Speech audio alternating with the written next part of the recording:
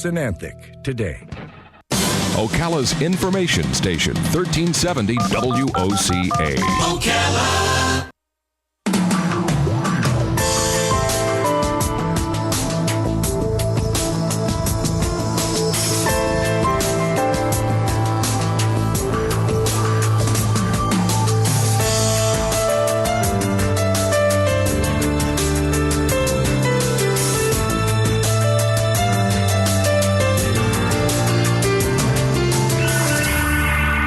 All right, 6 minutes after 10 o'clock. Thank you for tuning in. How good are you with forgiving other people? How many of you remember this story from Lancaster, Pennsylvania in 2006? It was October of 2006.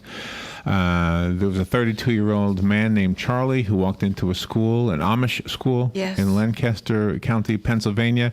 He shot 10 young girls. Five of them died. He then shot and killed himself. His parents were, of course, heartbroken. His parents were devastated. His parents were embarrassed. His parents were, there's probably words that don't, there probably are no words really to express this.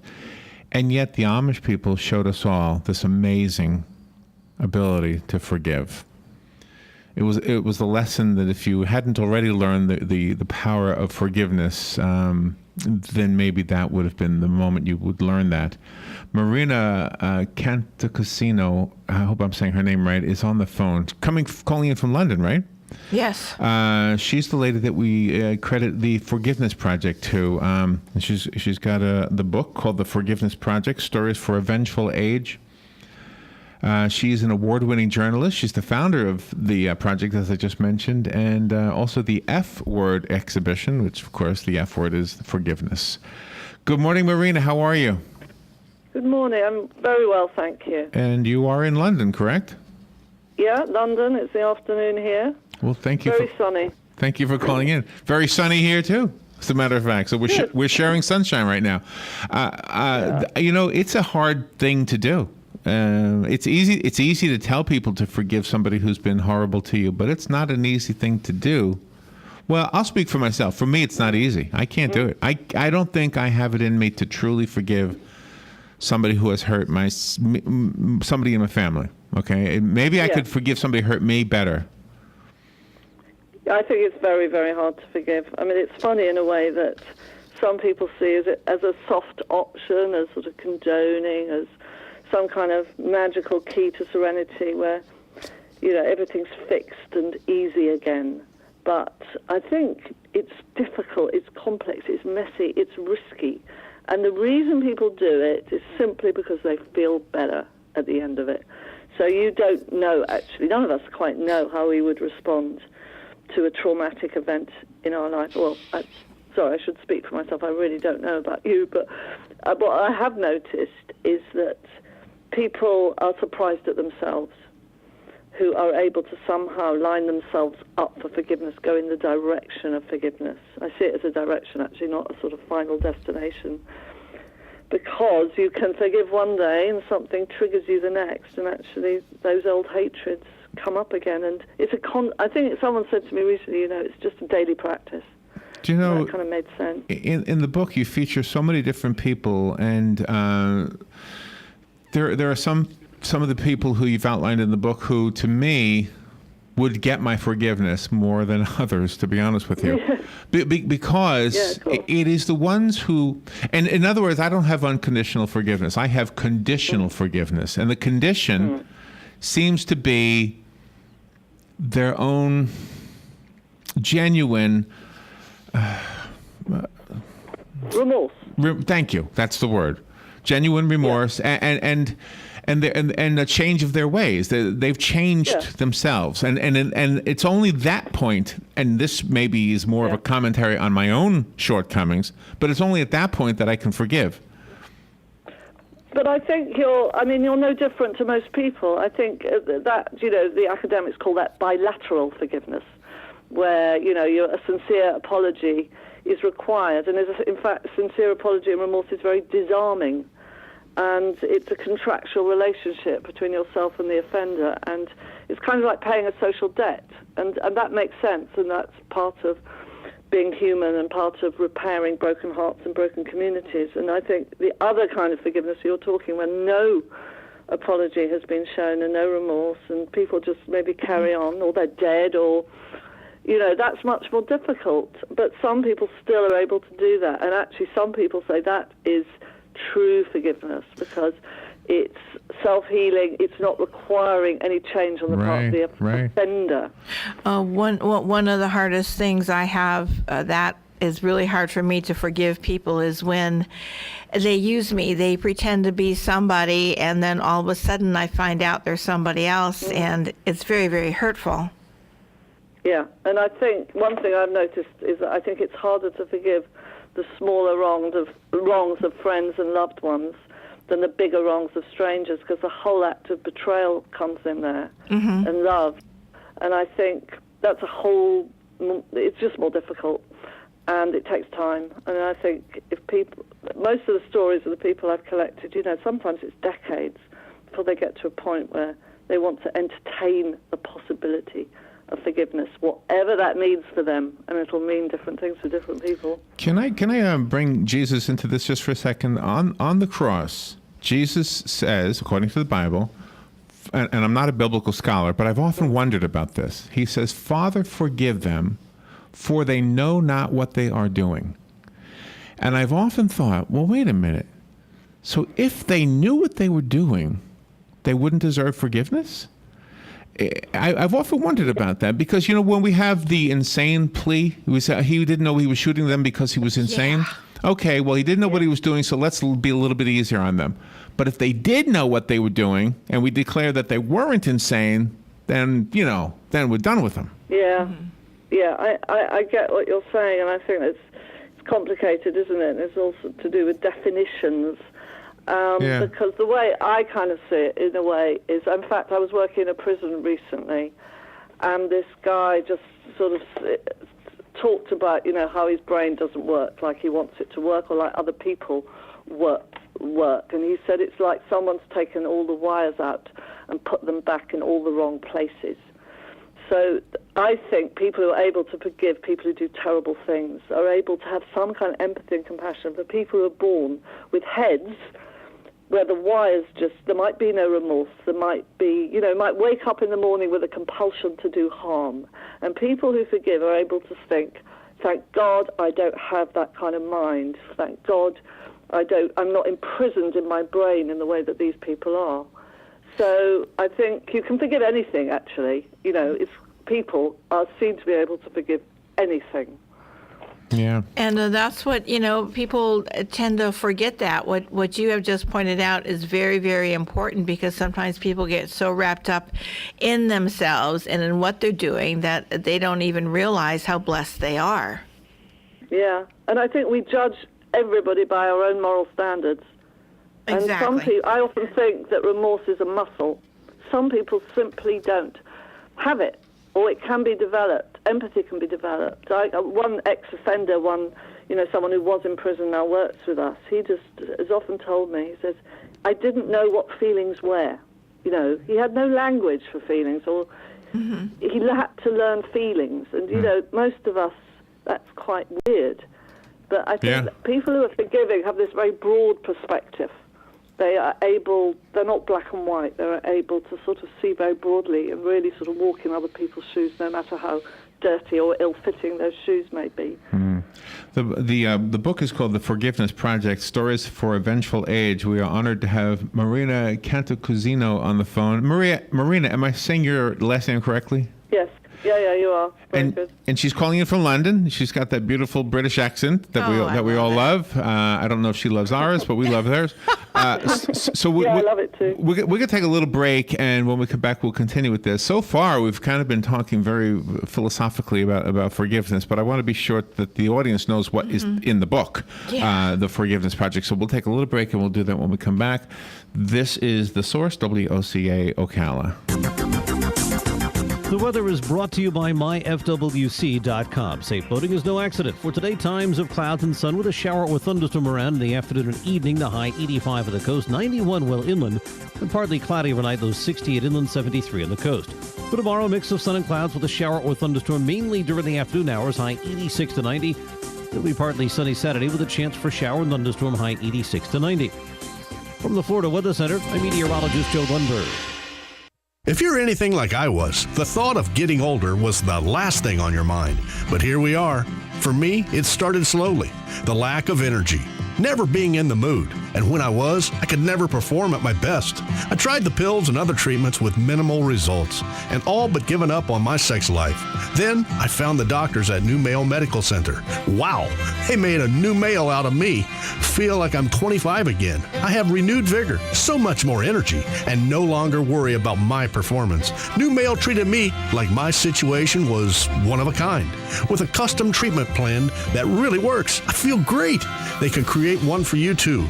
It does not matter if you suffer from low testosterone, erectile dysfunction, or just want to last longer. New Male will help you. Call New Male Medical Center today at 352-404-4779. 352-404-4779. That's 352-404-4779. It will change your life. 352-404-4779. Who doesn't love heading out on the boat with a family, hitting the ATV trails with friends, or blazing new stretches of highway with riding buddies? Your toys are your ticket to outdoor fun. At the McDonald Allstate Agency, we get to know you and help make sure you have all the right coverages. Plus, when you bundle your coverage for your car and your home with your boat, motorcycle, RV, or more, you can save up to 30%. So call the McDonald Allstate Agency today at 622-2333 or stop by one of our 2 Ocala locations at Calla Hills or the Jasmine Square Plaza. Subject to terms, conditions, and availability. Savings vary. Hi, this is Brad. I want to take a moment to talk about a serious issue. In the next 5 years, the aviation industry is projected to have a shortage of commercial pilots. Now is the time to start training. Ocala Flying Club has started a scholarship for the youth of Marion County ages 17 to 24. The club will donate up to $4,000 towards a pilot's license. This will help get the student on their way to obtaining their commercial pilot license. If this sounds like something you would be interested in, or if you know someone that would be, please contact Ocala Aviation Services, 861-7484. All right, it is 18 minutes after 10 o'clock. Marina Catacuzino is on the phone. Her book is called The Forgiveness Project. She's the founder of The Forgiveness Project. I want to make sure you understand what that is, so I'll have her let you know. And Stories for a Vengeful Age is the subtitle of the book that we're talking about. And there's one particular story I wanted to talk to Marina about. Welcome back, Marina. Thank you for waiting through the break. Hello. That's fine. Hello. Can you hear me? Yeah, Marina? I can hear you. Okay. The one story I wanted to bring up is the one about Wilma Dirksen, a lady in Canada whose 13-year-old daughter and her and her husband lost the 13-year-old daughter to murder. Somebody murdered their daughter. They didn't know for 22 years who had done it, and the night I guess that the body of their little girl was discovered, there was another person at the door who was also the parent of a child who had been murdered. Mm. And he tells her about how since that time there has been so many, I guess, residual effects of that horrible experience. And I want you to talk about it, but I want to tell you something. My brother and his wife had a daughter that was killed in a hit-and-run accident. She was on the street. Yeah. She was pushing her car. It had run out of gas and was hit, and whoever hit her left. And nobody knows to this day. I don't know how. That was 6, 7, 8 years ago, maybe 10 years ago by now. Yeah, about 10. So. Yeah. So that must have resonated with you, that story, and maybe some others as well. So but that story kind of illustrates why, as difficult as it is, why forgiveness actually helps the forgiver. Yeah, and I think many of them do. And I think that story is, it's very powerful. He comes and he says, I'm the parent of a murdered child too. And she says, we invited him to the kitchen table, and for the next 2 hours he told us in vivid detail everything he'd lost, his relationship, his health, his concentration, his ability to work. He'd even lost all memory of his daughter because now he could only think of the murder, the trauma, and the hate that followed. Yeah, and so I think probably just about anyone could relate to just not wanting to go to that place. So I think that's a good example of how practical and pragmatic forgiveness can be. It's literally can be a decision. You know, I don't want to be in that place. I don't want to be in the space. I don't know how I'm going to get out of it. But in a way, the intention is the start, I suppose. And there are other stories like that as well. And for them, it's particularly difficult because someone was years later convicted. And I believe that trial is now being come up for retrial or something. Oh, really? So some people, yeah, I'm not sure of the latest development, but some people, you know, there is no end. So in a way, their embracing of forgiveness created some kind of restoration for them, and they could reconcile with the trauma through forgiveness. Otherwise, if you imagine, like 30 years later, to have lived with that hate and resentment, I mean, goodness knows where that family would be now. And is that your vision for the book and for the project itself? Is that your vision, is to show us all these different stories so that we can get through these horrible experiences better? Because if we learn the power of forgiveness, then we will be better off. The bad guys don't win. Yeah, in a way. I mean, some people call forgiveness the best type of revenge because of exactly what you just said. I think my position, I'm a journalist, my background's journalism. I always believed in the power of story, you know, and restorative stories can heal. They can help and heal. And I think the charity, the non-profit that we run, it explores concepts of forgiveness and reconciliation through these real stories in multiple ways, and the book is like a final articulation almost, in order to encourage and enable people to reconcile with their own pains and traumas and sufferings. But the position I have always taken, I hope, is quite hands-off and really just creating a place of inquiry where people can have conversations. So if you've read some of the other stories, you may have noticed that they don't all have neat endings. Some people actually don't like the word forgiveness because they see it, you know, everyone's got their own definition. But I think what all the stories have in common is that it's about people who refuse to give in to the dogma of vengeance and retaliation. So they're sort of peace. That's an important part, yeah. It's about peace. I like the fact that Desmond Tutu was one of the people that wrote a foreword to your book. He is to be admired. Yeah, absolutely, and I think the reason I met him in 2003 when I was just starting on collecting stories for what then became the F-Word exhibition, and I asked him if I could have his personal story, you know, rather cheekily perhaps, and he said, well, no, he couldn't ever share his own personal story because at the Truth and Reconciliation Commission in South Africa, he'd heard so many appalling stories of brutality that to present his would, you know, be completely wrong in his eyes. But he did share his views about forgiveness, which is, you know, so I've used some of those views, and he wrote that for the foreword of the book. Yeah, and he's a fantastic example, I think, because what I really like about him, he's a very religious man, but people who have no faith in anything, you know, really kind of get what he says. He seems to be able to straddle those two worlds of spirituality and reality. We still have stories. There was one just a month or two ago about a Nazi who was now being tried after all these years. And there was a Jewish lady who was a survivor of the Holocaust who went to meet with him. And I don't know that forgiveness. Yeah, and I don't know that forgiveness was part of that. But I wondered. I wondered about him, though, whether he forgave himself, because I'm certainly at this point in his life, he knows, you know? Mm-hmm. Yes, I don't know. I mean, Eva Kaur is one of the stories in the book as well. She lives in Indiana now, actually, and she went over to Germany for this trial. He was known as the bookkeeper of Auschwitz, where Eva had been. And she wrote in one of the British newspapers recently that she went up to him, and there's a photograph all over the press of him shaking her hands. That might have been what you saw. And she said, I wanted to thank him for having some human decency in accepting responsibility for what he had done. And that goes back to your earlier part, that it's easier to forgive if someone shows, you know, accountability and apology. And then she says, at the end, because she's forgiven the Nazis for what they've done, she says, I forgave the Nazis not because they deserve it, but because I deserve it. That's the other point, you know, of self-healing. Was it difficult for your photographer to take some of the photographs? No, because the photographs are all portraits, these are sort of narratives of hope, maybe about very traumatic events, but they're sort of narratives of hope in a rather bleak time. And so all these people have a lot of energy and spirit and determination and resilience. So the stories sometimes can be hard to listen to, because just listening to any stories of trauma, obviously. But I feel personally, in this work that I've done, when I ask people to share their stories, no one has ever said no. Whereas before, when I was a journalist, trying to get people to be interviewed was always quite hard work. People often didn't want to share their personal stories. But I think people do, because they see it as, a service to others. A therapy. There's one, there's one a quote which I love, which is a former, during the Lebanese war, he was in the Christian militia, responsible for many, many deaths.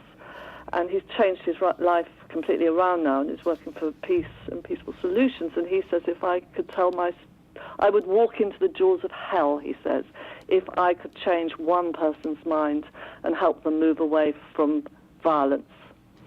So you can see there the sort of level of passion that people have about helping others find some sort of restoration. And there's this larger forgiveness that we hope we have in America anyway. We had the whole slavery thing that was obviously wrong, and so this entire nation that has to be forgiven for. And not just for the slavery, but also for pretty much the genocide of the Native Americans who once lived here. Yeah. That's difficult, isn't it, when it's historical and so far removed from the present day, and sometimes governments pay lip service to apology. But can I ask you something about that? Isn't lip service better than nothing at all? Yes. Yeah, I think it is. Yeah. And you can see that, and sometimes there's a fantastic movement in Australia, the apology movement, which was really grassroots.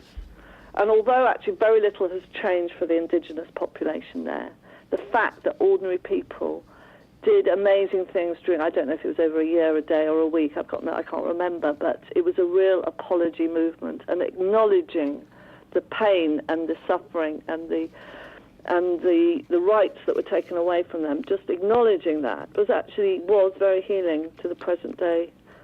Some of them actually still alive, the people who had been abused in that way. Well, I think it was, I don't know if I'm crediting the right person, but David Letterman, the TV host who we had here in America who recently retired, said at one point, after the 9/11 attacks, he said sometimes pretending to be courageous is just as good as being courageous. And so maybe in that same way, not that you would pretend to be remorseful, but you would at least give it lip service, as you say. And it's about acknowledging. I think that's incredible. It's almost more. I've heard people saying from South Africa who have experienced incredible injustice. I've heard them say that actually for them, more healing than punishment is acknowledgement, just to acknowledge what happened. It happened. What a great commission. Marina, thank you for the conversation. You are a deep thinking woman. Thank you so much for everything you're doing. Thank you for inviting me. I have a copy of the book. It's called The Forgiveness Project. Call me if you'd like the copy that was sent to us. The rest of us have to go buy it. Marina, do you have a website? Yes, it's theforgivenessproject.com. There you go. TheForgivenessProject.com. Plus, you can find it on all the booksellers everywhere. Yeah. Marina Catacuzino, thank you for being on the air with us today. Thank you very much. Bye-bye. We'll be right back.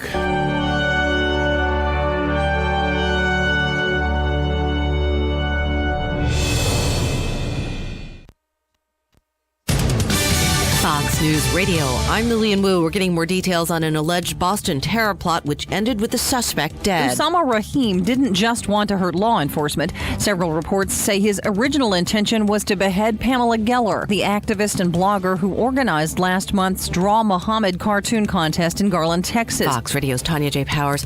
Former Texas Governor Rick Perry announcing his run for the White House, and the parents from 19 kids and counting break their silence on a scandal involving their son when he was a teenager saying they were devastated to learn Josh Duggar inappropriately touched 4 of his sisters and a babysitter. While they were asleep, and for most of them, and there was 2 other incidents that were when they were awake, and it was just a bad thing, and it was something that we would like to forget. In an exclusive with Fox's Megyn Kelly saying they were very upset the police report got leaked because Josh was a minor at the time. Fox News, we report, you decide.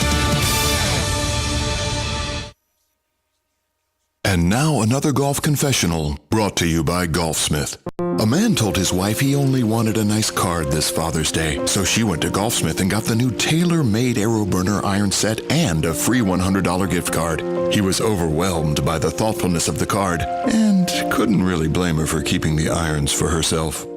Hurry into Golfsmith from now until June 28th and get a free gift card of up to $100 when you purchase a new tailor-made AeroBurner club. Golfsmith, anything for golf. Overturned truck, freeway construction, rubberneckers slowing everything down. I travel for work. News like that used to ruin my whole day until I discovered Citrix GoToMeeting. With GoToMeeting, you can meet from anywhere using your computer, tablet, or smartphone. No expensive travel required. And with HD video, simply turn on your webcam and it's like being in the same room, which means you can stay productive no matter how bad the traffic gets. Visit GoToMeeting.com and start our free 30-day trial. Good credits, bad credits. It's none of our business because we're not an auto dealer. We're not a bank. We're not your mother. We're OcalaForSale.com. Marion County's marketplace for cars, trucks, and SUVs. We've got thousands of sellers standing by to take your call. No middleman. But hurry, don't walk, don't run. Just sit down and log on to OcalaForSale.com. Prices and inventory change daily. Offer does not include dealer upcharge. Undercutting, rust-proofing, factory surcharge, or delivery fee. See website for details. Do you have areas that have started sagging or drooping? Is what you're looking at not quite the same as it was years ago? Are there enhancements you've been putting off? Is there serious damage you need fixed? Then call on us, Damage Control Services, when your roof is sagging and the drywall is drooping after a storm, or your home just needs some enhancements. From damage repairs to new construction, Damage Control Services is here to help.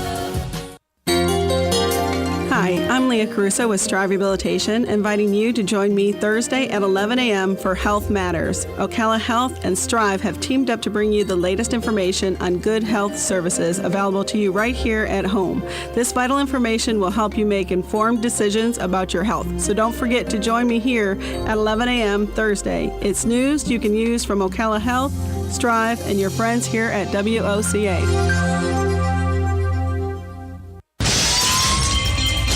Hi, I'm Seth with AA Lock, Dock, and Security. Have you ever thought about the locks or security on your house or business? Have you ever wondered why the keys to your new car cost so much? Well, at AA Lock, Dock, and Security, we can help with securing your valuables. We can even replace those expensive transponder keys. We can give you the knowledge that no one else will. Call AA Lock, Dock, and Security at 867-1965. That's 867-1965. Your weekends are getting a little retool. Swear to God, not making a joke. Check this out. New shows? Check. Some new talent? Check. Let's welcome the guys. Let's get it going. Arnie Spanier. Unbelievable. TJ Reeves. This is what you get. Your weekends are on fire. Because that's how exotic it is. One of the most common questions those nearing retirement are asking, will I outlive my money? Retirement questions like these and many more will be answered every Saturday morning at 9 a.m. on Planning for a Better and Safer Retirement with hosts Francois and Julian Pozenet. Francois and Julian will help you put your retirement puzzle together. Catch Planning for a Better and Safer Retirement Saturdays at 9 a.m. on Ocala's News Talk, The Source 96.3 FM and 1370 AM. I think I sabotaged my efforts to have the best garden in the neighborhood because I told my neighbor about Kenny's Place Nursery, and guess what? Now she has the best garden in the neighborhood, so I gotta get down there. And they have some specials going on right now. 4-inch pots of marigolds, 2 for just $1. 3 gallons of night blooming jasmine for $7. And don't forget the Society garlic, a gallon for $3.75. Kenny's Place Nursery is at 7677 Southeast 41st Court here in Ocala. Give them a call at 867-1213 for Kenny's Place. La Famiglia Pizzeria has moved into Ocala. Stop by today at 2504 Southeast 17th Street and see for yourself what everyone is talking about. Awesome place. I never get pizza anywhere else. Great New York style pizza and dishes. Best pizza in Ocala. One trip and you'll agree, La Famiglia Pizzeria is the best. La Famiglia Pizzeria. Stop by for a pizza that you'll love or call in and order yours for pickup. 352-245-2419. La Famiglia Pizzeria. Loco Graphics would like to invite you to their second location on 200 next to Sonny's Barbecue. They are officially open to help you out with all your sign, vehicle wraps, and printing needs. Visit them and mention this ad for free business cards. Need a logo? We've got you covered. From business cards all the way to menus and flyers. Now 2 locations to better serve you. On Merricamp, half a mile east from Forest High School, and on 200 by Sonny's Barbecue. Loco Graphics, impacting your customers. Like us on Facebook. R&D Tactical Solutions, Ocala's indoor gun range. 12 climate-controlled, state-of-the-art lanes.